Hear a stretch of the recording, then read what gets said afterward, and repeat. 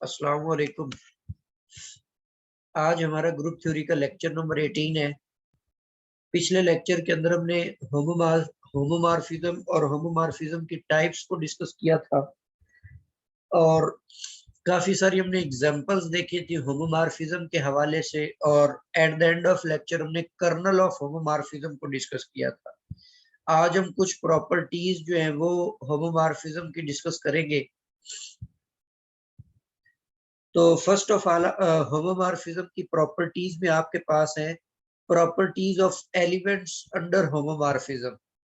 ठीक है, यहाँ पर ये बात कि ये प्रॉपर्टीज जो हम डिस्कस कर रहे हैं ये एलिमेंट्स के लिए। तो हम सपोज कर लेते हैं कि let phi be a homomorphism from a group G to a group G prime. हमने सपोज कर लिया है कि फाई एक होमोमॉर्फिज्म है किसी ग्रुप जी से जी प्राइम पर, और फर्ज कर लिया है कि जी कोई भी एलिमेंट है जी का। तो इसके बाद फर्स्ट प्रॉपर्टी ये है कि identity of G maps the identity of G prime. मतलब जो ग्रुप की आइडेंटिटी है ना वो आइडेंटिटी के ऊपर ही मैप करेगी। इसको हम इस तरीके से मेंशन कर सकते हैं कि सपोज आपके पास ये एक ग्रुप है और ये कोई दूसरा ग्रुप है। इस पर आपने एक होमोमॉर्फिज्म डिफाइन कर लिया। इस होमोमॉर्फिज्म को हम सपोज कर लेते हैं कि ये एफ है। तो इसका ये जो आइडेंटिटी एलिमेंट है और इसका ये जो आइडेंटिटी एलिमेंट है, ये इसको ई कह ले और ये आपके पास ई प्राइम है। तो ये जो ई होगा ये ई प्राइम के ऊपर मैप करेगा ऑलवेज। ठीक है, होमोमॉर्फिज्म होने की सूरत में। इसी तरह सेकंड आपके पास प्रॉपर्टी है the image of inverse is inverse of image. क्या मतलब है इसका? इसका मतलब ये है कि लेट्स ये आपके पास कोई एलिमेंट है, इसमें आपने ग्रुप है, इसके अंदर आपने एक एलिमेंट का इनवर्स ले लिया। ठीक है, आपने उस एलिमेंट का इनवर्स ले लिया। इस एलिमेंट का जब आप इमेज लेंगे, इस इनवर्स का इमेज लेंगे इस सेट के अंदर, तो यहां पर वो बन जाएगा फाई ऑफ जी प्राइम। ठीक है, तो ये आपके पास फाई ऑफ जी प्राइम आ जाता है सेट के अंदर। तो ये इक्वल किसके होगा? ये फाई ऑफ जी के इनवर्स के इक्वल होगा। मतलब यहाँ पर जो जी था उसका जो इमेज था इस सेट के अंदर, इस ग्रुप के अंदर जो इसका इमेज था उसका वो इनवर्स हो जाएगा। मतलब image of inverse is inverse of image. इसी तरह ये इसकी पावर प्रॉपर्टी भी है कि किसी एलिमेंट की जो पावर है उसको आप इसकी होल की इमेज की पावर में ले जा सकते हैं। मतलब किसी एलिमेंट की पावर की जो इमेज है वो उस एलिमेंट की इमेज की पावर के बराबर होगी। इसी तरह नेक्स्ट आपके पास है, अगर एक एलिमेंट है जी, उसका ऑर्डर फाइनाइट है, तो फिर इसका जो इमेज है ना उसका जो ऑर्डर होगा वो इस जी के ऑर्डर को डिवाइड करेगा। ठीक है, वो इस एलिमेंट के जी के ऑर्डर को डिवाइड करेगा। इसी तरह कर्नल हमने पिछले लेक्चर में पढ़ा था कि कर्नल क्या होता है। अब यहाँ पर हम ये कह रहे हैं कि कर्नल जो होता है वो हमेशा जी का सब ग्रुप होता है। जो फर्स्ट सेट होता है जी, ये उसका सब ग्रुप होता है और ये एक नॉर्मल सब ग्रुप होता है। दूसरी प्रॉपर्टी इसकी ये है कि ये जो सब ग्रुप होता है ये नॉर्मल होता है। अच्छा, सिक्स प्रॉपर्टी ये है कि अगर दो एलिमेंट्स के इमेजेस आपस में इक्वल है, ये सिर्फ और सिर्फ उस वक्त पॉसिबल होगा जब आप कोसेट निकालेंगे कर्नल का ए के साथ और कोसेट निकालेंगे कर्नल का बी के साथ। तो ये दोनों रिजल्ट्स अगर आपस में बराबर है तो फिर इनके जो इमेजेस है वो भी आपस में बराबर होंगे। इसी तरह इमेज ऑफ फाई, मतलब जो होमोमॉर्फिज्म है इसका image, the image of G under phi is a subgroup of G prime. जो कर्नल होता है वो जी का सब ग्रुप होता है और जो इमेज होता है वो जी प्राइम का सब ग्रुप होता है।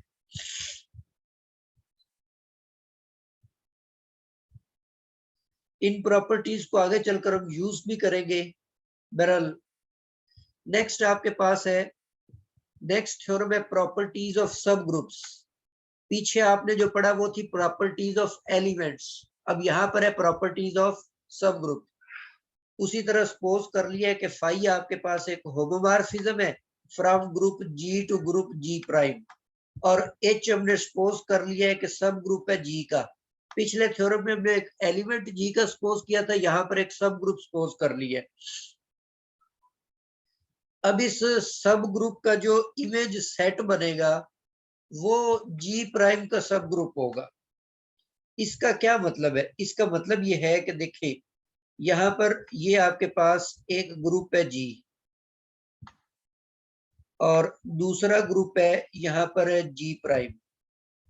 इसको हम जी का नाम दे रहे हैं और इसको हम, ये दो ग्रुप्स है हमारे पास, इनके ऊपर हमने एक मैपिंग डिफाइन की हुई है जो कि होमोमॉर्फिज्म है और इसको हमने फाई का नाम दिया हुआ। अब सपोज कर ले कि ये सब ग्रुप है जी का, इस सब ग्रुप को मैं नाम दे देता हूं एच का। अब जब आप इस सब ग्रुप का इमेज फाइंड करेंगे, इमेज सेट्स, तो इसका इमेज जो होगा वो कोई एक ऐसा सेट होगा जो कि सारे के सारे जी प्राइम के एलिमेंट्स होंगे। तो ये आपके पास फाई ऑफ जी बन गया, मतलब एच का इमेज सेट पूरे का पूरा। ठीक है, ये फाई ऑफ एच है। अब ये जो पूरे का देखिए यहाँ पर एच सब ग्रुप था जी का, और जो इसका इमेज सेट बना है ना वो किसका सब सेट किसका है? जी प्राइम का है। तो वो कहता है कि ये जी प्राइम का सिर्फ सब सेट नहीं है बल्कि उसका सब ग्रुप भी होगा। इसी तरह नेक्स्ट आपके पास प्रॉपर्टी है कि एच कोई साइक्लिक सब ग्रुप है, उसका जो इमेज बनेगा ना वो भी एक साइक्लिक सब ग्रुप होगा। थर्ड वन है कि अगर एच आपके पास एबिलियन सब ग्रुप है तो उसका जो इमेज है वो भी एबिलियन सब ग्रुप होगा। अगर एच जो है वो नॉर्मल सब ग्रुप है जी में तो फाई ऑफ जी जो है ये नॉर्मल होगा, सॉरी फाई ऑफ एच जो है ये फाई ऑफ जी के अंदर नॉर्मल होगा। Fifth property very interesting property है कि अगर कर्नल के अंदर एन एलिमेंट्स हैं, कितने एलिमेंट्स हैं? एन एलिमेंट्स, तो फिर ये जो फंक्शन होगा ना ये n-to-1 मैपिंग होगी। जैसे होता है ना 1-to-1 मैपिंग। 1-to-1 मैपिंग का मतलब ये होता है कि हर एलिमेंट एक सिंगल एलिमेंट को मैप करता है। इसी तरह 2-to-1 मैपिंग, जैसे अगर मैं एक मिसाल देता हूँ इसको समझने के लिए, एक मैपिंग होती है 2-to-1। इस मैपिंग का क्या मतलब होता है? इस मैपिंग का मतलब ये होता है कि जैसे ये एक सेट है, इसके अंदर कुछ एलिमेंट्स पड़े हुए हैं, ये ए है, ये बी है, सपोज कर ले ये सी है आपके पास। इसी तरह यहाँ पे कोई दूसरा सेट आपके पास है, इसके अंदर एलिमेंट्स हैं 1 है, 2 है, 3 है, 4 है, 5 है और इसके अंदर 6 पड़ा हुआ है। अब जो जो ए है ना ये मैप कर रहा है 1 के ऊपर, इसका जो इमेज है वो 1 है।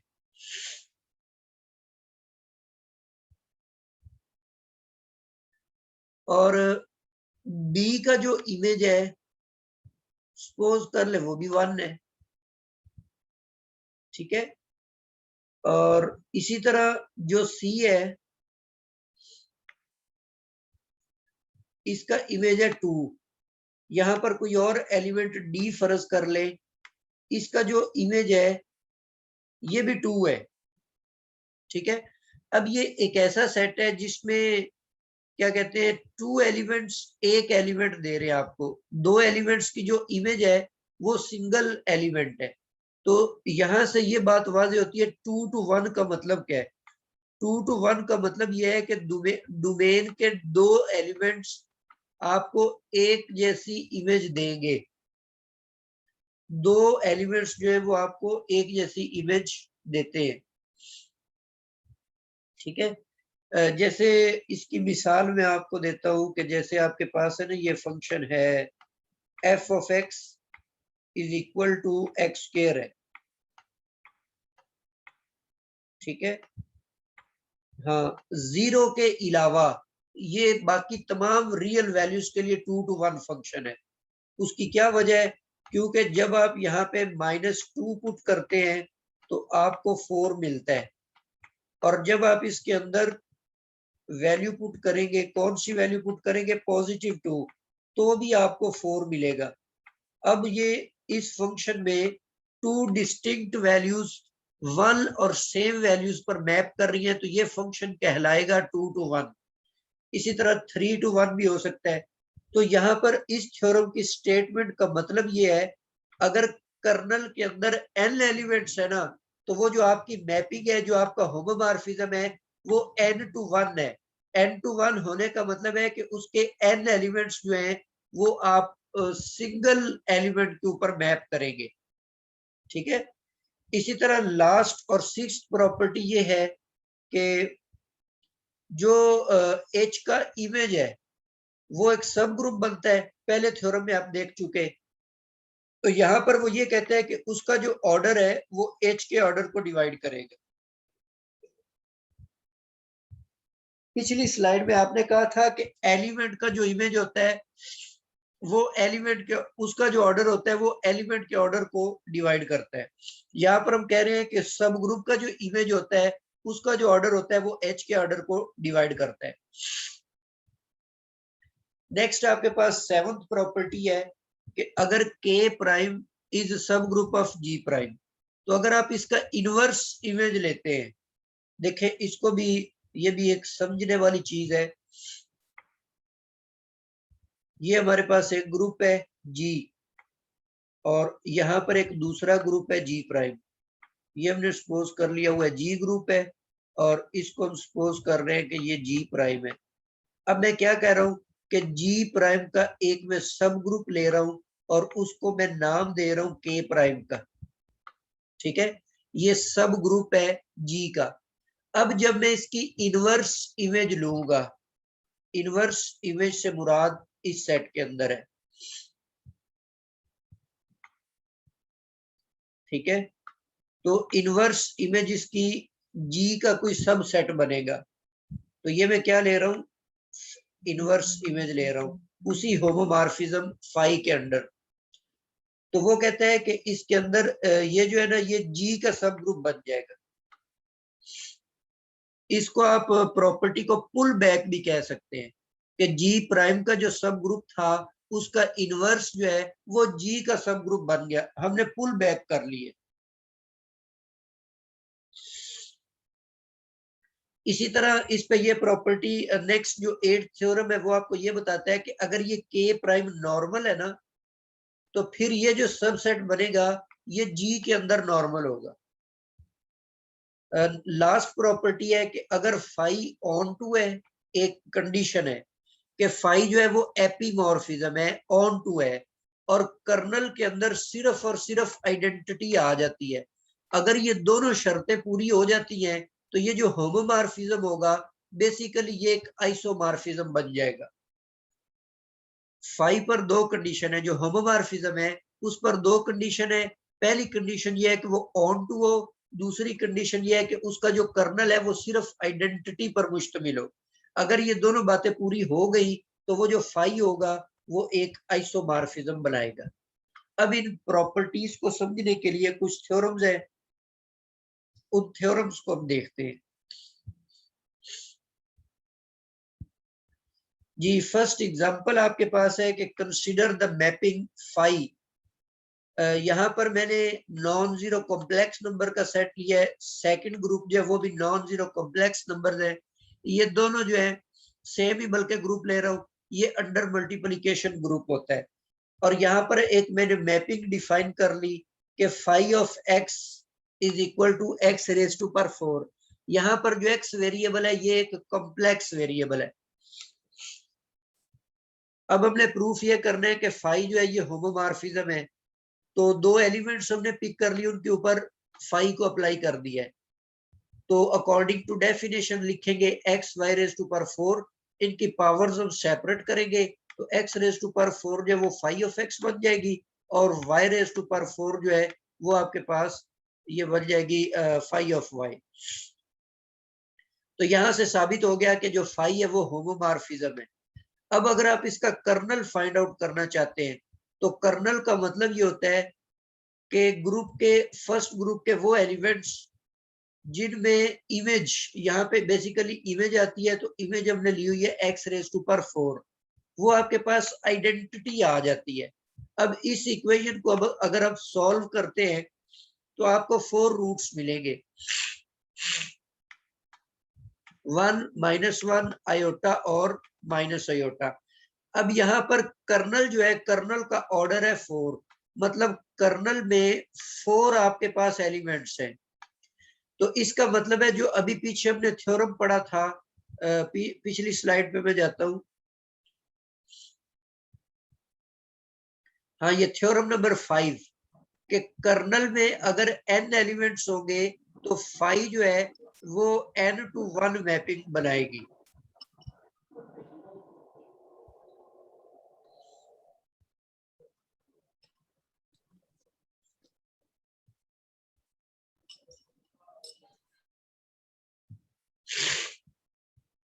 जी, तो ये बात क्लियर हो गई कि अगर कर्नल के अंदर n एलिमेंट्स हैं तो फाई जो है n/1 मैपिंग होगी। तो अब उसी एग्जांपल के अंदर आप देखें कर्नल के अंदर कितने एलिमेंट्स हैं, 4 एलिमेंट्स हैं। तो इसका ऑर्डर 4 होने का मतलब है जो फाई है ये 4/1 मैपिंग है, मतलब 4 एलिमेंट्स एक सिंगल एलिमेंट के ऊपर मैप करेंगे। मिसाल के तौर पर वो एलिमेंट हम ले लेते हैं ए। अब ए देने वाले आपके पास टोटल एलिमेंट्स हैं 4, ठीक है। तो इसका मतलब है कि यहाँ पर देखो मैपिंग आपके पास कौन है, ये वाली मैपिंग है x is equal to x raise to power 4। अब अगर मैं यहाँ पर x की जगह पुट कर देता हूं a raise to power 1/4, a की ताकत 1/4, तो ये जो पावर दूसरी तरफ x की जगह पर ये रखेंगे 4 से कट जाएगा, तो ये आपके पास a आ जाएगा। इसका मतलब है कि ये जो a रेज टू पावर 1/4 है ना, इसका जो इमेज है वो आपके पास a आता है, ठीक है। अच्छा, अब मैं ये चाहता हूं कि क्योंकि 4 डिफरेंट एलिमेंट्स ने a के ऊपर ही मैप करना है, क्योंकि 4/1 है ना, तो 4 एलिमेंट्स हैं वो चारों के चारों a पर मैप करेंगे। अब वो मैं चारों एलिमेंट्स निकालना चाहता हूँ, उसका तरीकाकार ये होता है कि ये जो आपने एक सिंगल एलिमेंट ऐसा मालूम कर लिया जिसकी इमेज a बनती है, उसको आप कर्नल से मल्टीप्लाई कर दें। ये कर्नल में 4 एलिमेंट्स है ना, तो ये हम एक a की पावर जो 1/4 है उसको हमने कर्नल से मल्टीप्लाई किया, तो 1, 2, 3 और 4, ये चारों में ऐसे एलिमेंट्स मिल चुके हैं जो कि किसके ऊपर मैप करेंगे, 4 के ऊपर, सॉरी a के ऊपर मैप करेंगे। इसकी मिसाल एक और आपको देता हूं ताकि जनरल, ये तो जनरल एग्जांपल थी। मैं ये कहता हूं कि मुझे वो 4 एलिमेंट्स बताओ जिनकी जो इमेज है वो 4 है। उनकी इमेज कितनी है, 4 के बजाय ना 2 कर लें, सही है। तो किसकी इमेज आपको 2 मिलेगी, अब देखें 2 रेज टू पावर 1/4 जो है ना, इस मैपिंग के अंदर इसकी इमेज आपको मिलेगी 2, ठीक हो गया। इसका मतलब है अगर बाकी तीनों एलिमेंट्स निकालना चाहते हैं तो इसको आप किससे मल्टीप्लाई कर देंगे, कर्नल से। कर्नल से मल्टीप्लाई करने पर बाकी आपके पास तीनों एलिमेंट्स आ जाएंगे। तो ये हमने प्रीवियस थ्योरम को यहाँ पर इस्तेमाल कर लिया। अच्छा, नेक्स्ट आपके पास एक एग्जांपल है कि हमने एक मैपिंग डिफाइन की हुई है Z12 से Z12 पर, और आपको पता है कि Z12 जो होता है अंडर मॉड 12, ये अंडर एडिशन ग्रुप है। और मैपिंग हमने इस तरह से डिफाइन की हुई है कि phi of x is equal to 3x। पहले तो हमने ये साबित करना है कि फाई होमोमॉर्फिज्म है, तो होमोमॉर्फिज्म अंडर एडिशन ग्रुप है, तो यहाँ पे प्लस का साइन लगा दें, ठीक है। दूसरी साइड पर भी ये 3 को अंदर मल्टीप्लाई करेंगे तो ये आपके पास 3x बन जाएगा फाई ऑफ एक्स और 3y बन जाएगा फाई ऑफ y। कर्नल निकालना चाहते हैं। अब कर्नल का मतलब है ग्रुप के वो वाले एलिमेंट्स जिनकी इमेज दूसरे ग्रुप की आइडेंटिटी बन जाए, तो आइडेंटिटी यहाँ पर 0 है। तो इस इक्वेशन को हम सॉल्व करके सारे रूट्स निकाल लेते हैं। तो फाई ऑफ एक्स मैंने इक्वल टू 0 लिया अंडर मॉड 12। अब फाई ऑफ एक्स किसके इक्वल है? 3x के बराबर है। अब यहाँ पर x की आपने वो वैल्यूज चूज करनी है जिनको 3 से मल्टीप्लाई करें तो आंसर उसका 0 आ जाए। अब वो 3 वैल्यूज कौन कौन सी बनती हैं? 0 बनता है, 4 बनता है और 8 बन जाता है। क्योंकि 0 को मल्टीप्लाई करेंगे वो तो 0 आ जाएगा। x की जगह जब आप 4 रखेंगे, 4 3 12 होता है और अंडर मॉड 12 जो होता है वो 0 के इक्वल होता है, तो इसका मतलब है 4 इसको सेटिस्फाई करता है। इस तरह 8 3 24 होता है, 24 भी मॉड 12 में उसका रिमाइंडर भी 0 है, तो इसका मतलब है कि ये 3 इसके रूट्स हैं। तो कर्नल के अंदर ये 3 एलिमेंट्स आ जाएंगे। तो कर्नल में एलिमेंट्स की तादाद 3 है, इसीलिए ये जो फाई है ये ऐसी मैपिंग है जो 3 2 1 है। अब यहाँ पर एक एग्जांपल दी कि find all elements map on 6। 6 पर मैप करने वाले सारे एलिमेंट्स बताओ जिनकी इमेज जो है वो 6 आए। तो इसमें एक तो हमने 2 ढूंढ लिया क्योंकि यहाँ पे 3 था ना मैपिंग में, तो 3 के साथ 2 को मल्टीप्लाई करें तो 6 बन जाता है। तो इसका मतलब है कि एक तो वो एलिमेंट्स 2 है जो 6 पे मैप करेगा, बाकी एलिमेंट्स 3 एलिमेंट्स होने चाहिए। बाकी मालूम करने के लिए आप इसको कर्नल के साथ ऐड कर दें। अंडर एडिशन ग्रुप है तो ऐड करेंगे। अब कर्नल का फर्स्ट एलिमेंट 0 है, इसमें 2 ऐड होगा तो 2 बन गया। कर्नल का सेकंड एलिमेंट 4 है तो उसमें 6 ऐड करेंगे तो ये बन जाएगा। इस तरह 8 में 2 ऐड करेंगे तो 10 बन जाएगा। इसका मतलब है कि जो 6 है वो भी 6 पर मैप करेगा और 10 भी जो है, ये तीनों के तीनों जो हैं ये 6 के ऊपर मैप करेंगे। 2 की इमेज भी 6 होगी, 6 की इमेज भी 6 होगी और 10 की इमेज भी 6 होगी। वेरीफाई कर सकते हैं आप। यहाँ पे आप 2 तो हमने पुट कर लिया तो 6 आ गया। जब हम इसमें 6 पुट करेंगे तो 6 3 18 होता है, और 18 को अगर आप मॉड 12 में जाकर देखें तो मॉड 12 में ये इक्वल टू 6 आ जाता है। इसी तरह जब आप इसमें 10 रखेंगे तो इमेज उसका बनेगा 30, और 30 को मॉड 12 में डिवाइड करते जाएं तो 24 बन जाता है। तो पीछे 24 के कितने बच जाएंगे? 6 आ जाएगा। तो इसका मतलब है ये तीनों जो हैं इनका जो इमेज है वो 6 बनेगा।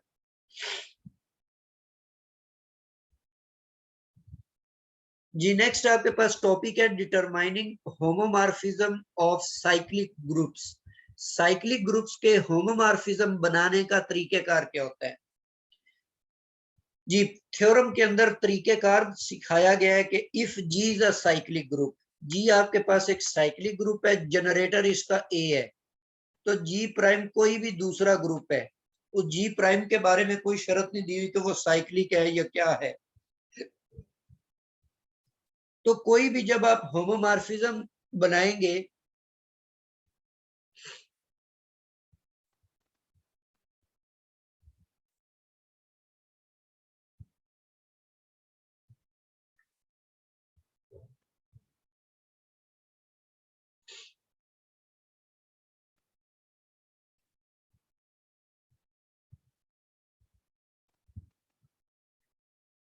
सॉरी ये 1 मिनट।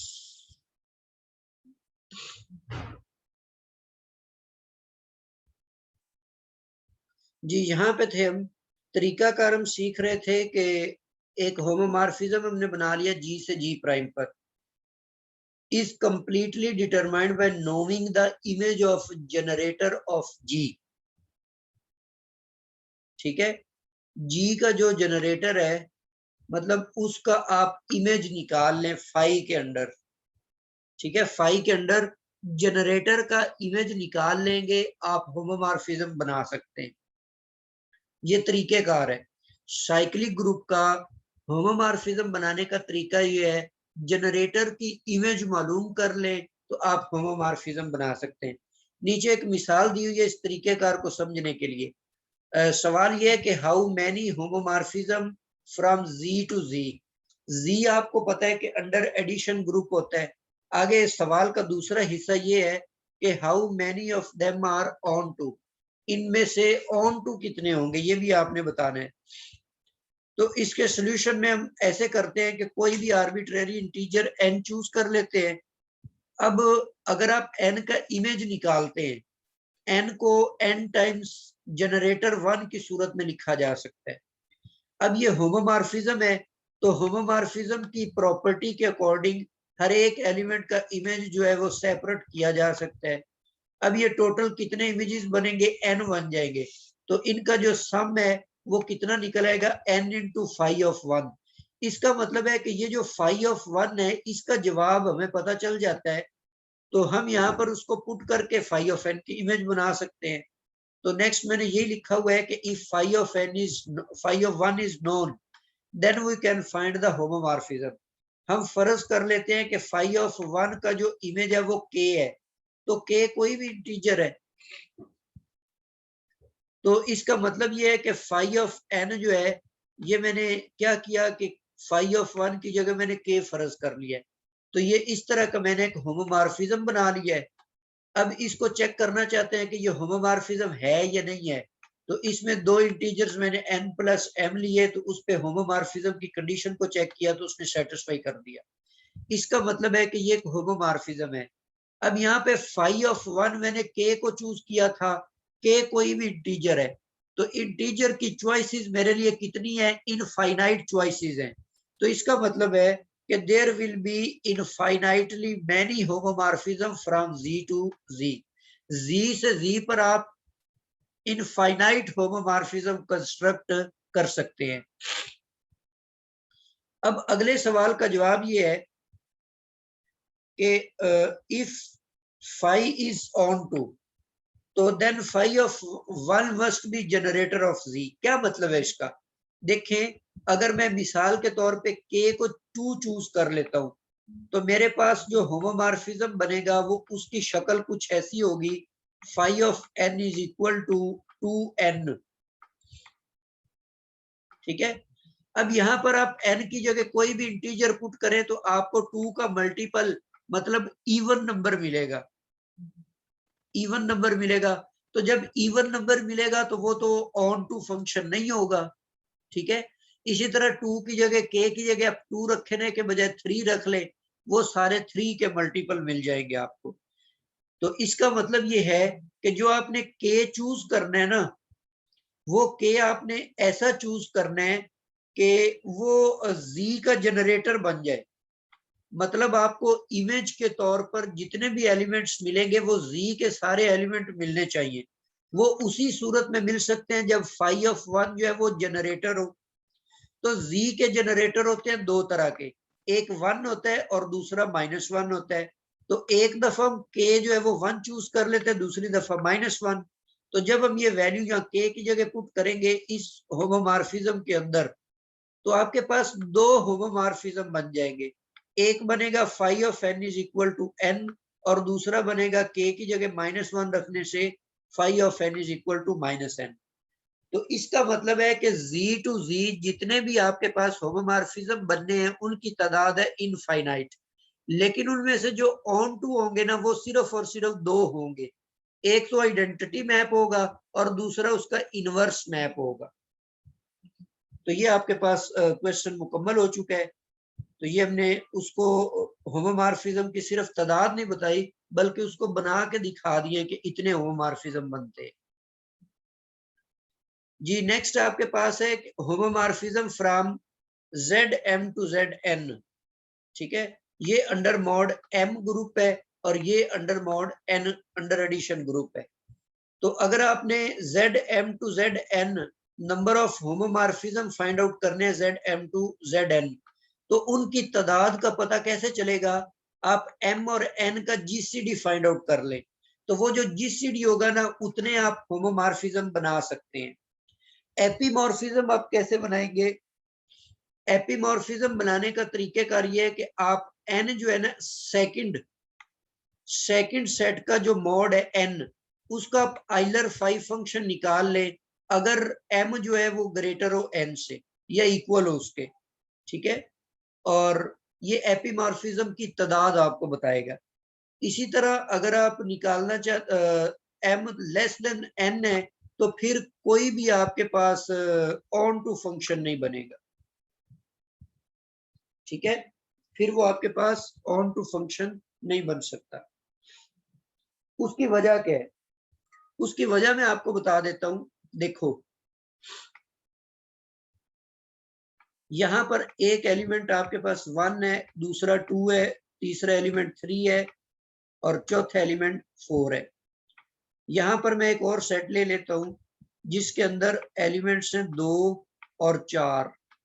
अब अगर आप एक मैपिंग बनाना चाहते हैं, एक ऐसी मैपिंग जो कि ऑन टू हो, तो इसको आप मैप करवा दे 2 पर और 2 को भी इसी पर मैप करवा दे, 3 को मैप कर दे 4 के ऊपर और 4 को मैप कर दे 4 के ऊपर। अब यहाँ पर जो सेकंड सेट है ना वो सारे का सारा यूज हो चुका है।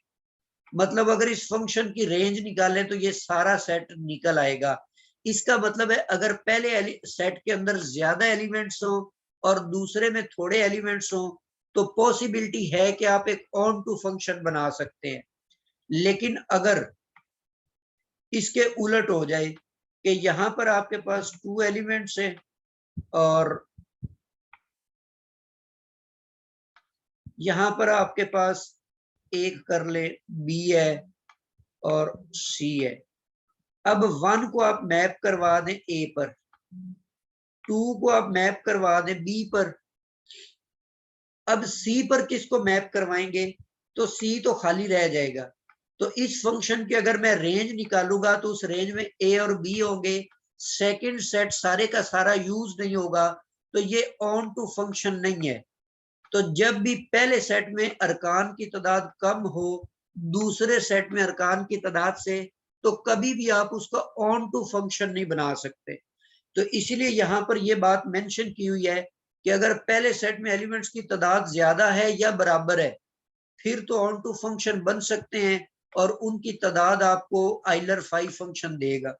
लेकिन अगर पहले सेट में एलिमेंट्स की तादाद कम है दूसरे में एलिमेंट्स की तादाद ज्यादा है तो फिर उसमें कोई ऑन टू फंक्शन नहीं बनेगा। वो आपके पास जस्ट होमोमॉर्फिज्म हो सकते हैं लेकिन वो ऑन टू नहीं हो सकते। अच्छा, तीसरा और आखिरी नोट ये है कि अगर m और n रिलेटिव प्राइम हो, मतलब इनमें कोई चीज कॉमन ना हो, उस सूरत में भी एपीमॉर्फिज्म एग्जिस्ट नहीं करेगा, ठीक है।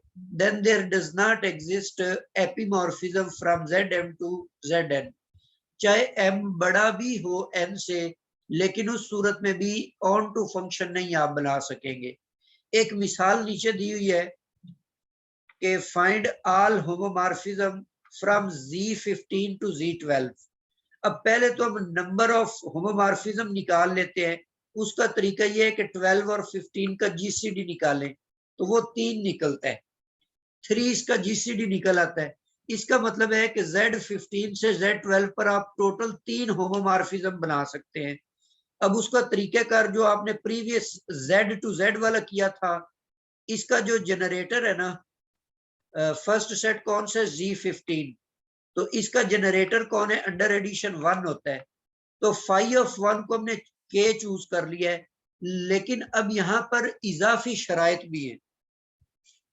जो Z था वो तो इनफाइनाइट ग्रुप था, उस पर ये K वाली कंडीशन जो नहीं है, लेकिन अब यहाँ पर जो K का ऑर्डर है ना, जो K आपने चूज करना है, उस पर कंडीशन ये है कि वो K आपने इस तरह का चूज करना है कि ये जो फर्स्ट ग्रुप है उसके ऑर्डर को डिवाइड करे और फिर जो सेकंड है उसके ऑर्डर को भी डिवाइड करे। तो K डिवाइड्स 15 और K डिवाइड जब करेगा ना 15 को, तो 15 के डिवाइजर कौन कौन से हैं? 1 उसका डिवाइजर है, 3 उसका डिवाइजर है, 5 भी डिवाइजर है और 15 भी डिवाइजर है। तो के का जो ऑर्डर है, के के ऑर्डर की 4 पॉसिबिलिटीज हैं, लेकिन साथ में ये भी कंडीशन है कि के का जो ऑर्डर है वो 12 को भी डिवाइड करे। अब 12 के डिवाइजर कौन से हैं? एक तो 1 है, दूसरा 2 है और तीसरा 3 है। इसके अलावा और कौन सा है? 4 है और 6 है और 12 है। इनमें से कॉमन कौन कौन से हैं? 1 है और 3 है। तो इसका मतलब है कि के की जो पॉसिबल वैल्यूज हैं वो 1 और 3 बनेंगी। ठीक है, के की पॉसिबल वैल्यूज 1 और 3 बनती हैं। तो इसका मतलब है कि जो आप होमोमॉर्फिज्म बनाएंगे फाई ऑफ एन बनाएंगे, वो इस तरह का होगा कि phi of n is equal to n k, या के एन कर लें। अब के एन, के की कौन कौन सी पॉसिबल वैल्यूज हैं? अब के जो होता है ना, ये 1 का इमेज है, मतलब पहले सेट का जो जनरेटर है उसका इमेज हम चूज कर रहे हैं। तो वो किस सेट में इमेज होगा? सेकंड सेट के अंदर होगा, Z12 के अंदर। तो अब Z12 में आपने वो एलिमेंट हमें बताने हैं जिनका ऑर्डर जो है या तो 1 हो या 3 हो। तो इसका मतलब है के की पॉसिबल वैल्यूज, ऑर्डर 1 वाला एलिमेंट 0 होता है, आइडेंटिटी एलिमेंट का ऑर्डर हमेशा 1 होता है। थ्री ऑर्डर वाला कौन है? 4 है, 4 का ऑर्डर 3 है, क्योंकि 4 को हम 3 दफा जमा करेंगे तो 12 बन जाएगा और 12 का जवाब 0 होता है। इसके अलावा 8 जो है, 8 भी ऑर्डर 3 वाला है। तो इसका मतलब यहाँ पर आप टोटल 3 होमोमॉर्फिज्म बना सकते हैं, जिनमें से पहला होमोमॉर्फिज्म कौन सा बनेगा? के की जगह 0 रखेंगे तो वो पहला होमोमॉर्फिज्म बन जाएगा phi of n is equal to 0। दूसरा होमोमॉर्फिज्म कौन सा बनेगा? ये बनेगा जनाब phi of n is equal to, k की जगह 4 रखेंगे तो वो 4n हो जाएगा। ठीक है, अभी 1 मिनट बाकी है, मीटिंग खत्म होने वाली है, तो उसके बाद आपने फौरन से इसको दोबारा ज्वाइन कर लेना जी। इसके बाद आपके पास फाई ऑफ, तीसरा होमोमॉर्फिज्म कौन सा बनेगा? तीसरा होमोमॉर्फिज्म है phi of n is equal to 8n। लो जी, ये हमने Z15 से Z12 तक, पहले तो हमने तादाद बताई कि 3 होमोमॉर्फिज्म बनेंगे। उसके बाद हमने वो तीनों होमोमॉर्फिज्म निकाल कर भी दिखा दिए हैं कि ये आपके पास तीनों होमोमॉर्फिज्म्स बन जाएंगे। तो इस तरीके से आप ZM to ZN पर बनने वाले जितने भी होमोमॉर्फिज्म हैं वो इस तरीके से आप मालूम कर सकते हैं। ठीक है, हाँ, जब इनकी वैल्यूज इक्वल हो, मतलब m और n इक्वल हो, तब भी यही तरीकेकार इस्तेमाल होगा। लेकिन अगर वो डिफरेंट आ जाती हैं फिर उसके 2 केस बन जाएंगे। पहला ये कि अगर m ग्रेटर देन होता है n से, तो उस सूरत में आप आइलर फाई फंक्शन लगाएंगे और